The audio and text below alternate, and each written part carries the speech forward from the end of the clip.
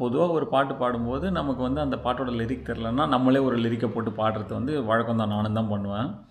But நம்ம ஃப்ரெண்ட்ஸ்லாம் சிலர் இருக்கானுங்க. அவனுங்கலாம் ஒரு லிரிக்க போட்டு பாடுவானுங்க. பாடட்டும். பட் கொஞ்சம் கூட அர்த்த பொருத்தம் இல்லாம, அந்த பாட்ட வந்து போஸ்ட்மார்டம் பண்ணி எடுத்துருவானுங்க. உதாரணத்துக்கு, இப்ப இந்த கொஞ்சும் மைனாக்களே சாங் வந்து என் ஃப்ரெண்ட் வந்து ஒரு வாட்டி பாடிட்டு இருந்தான். நாளை வெறும் கனவு, அதை நாம் ஏன் நம்பணும், நம் நட்டதும் ரோஜா இன்றே பூக்கணும். அதான் லைன். கான்ஃபிடென்ட்டா தப்பா பாடுறான். அதாவது அந்த பாட்ட எழுதின லிரிசிஸ்ட் கூட அவ்வளோ கான்ஃபிடென்ட்டா இருக்க மாட்டாரு. பாடுறாரு, "நாளை வெறும் கனவு அதை நாம் ஏன் நம்பணும்? என் மொச்சக்கொட்டை ரோஜா எங்கேயோ பூத்தது" அப்படின்றான். என்னது மொச்சக்கொட்டையில ரோஜாவா? அணில் அல்லாவா? ஐயோ! பாட்டனில வந்து ஒரு புரட்சியே பண்ணிட்டானுங்க. பாட்டனி ஸ்டூடண்ட்ஸ்லாம் வந்து இப்ப அலறி போய் உட்காந்துருப்பானுங்க. அந்த மாதிரி லைன்ஸ்லாம் கேட்டேன். நான் அந்த லிரிக்லேருந்தே மீண்டு வரல. அடுத்த ஒரு 2 நாள்லயே என் ஃப்ரெண்ட் இன்னொருத்தர் பாடுறாரு.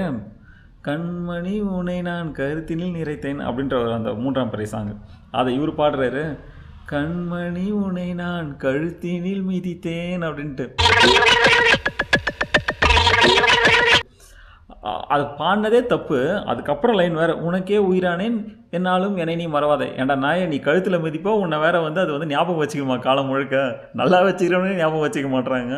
எதுக்கு இதை சொல்கிறேன்னா, எனக்கு ஒரு சின்ன டவுட்டு. எனக்கு மட்டும்தான் இது மாதிரி ஃப்ரெண்ட்ஸ்லாம் அமையறானுங்களா?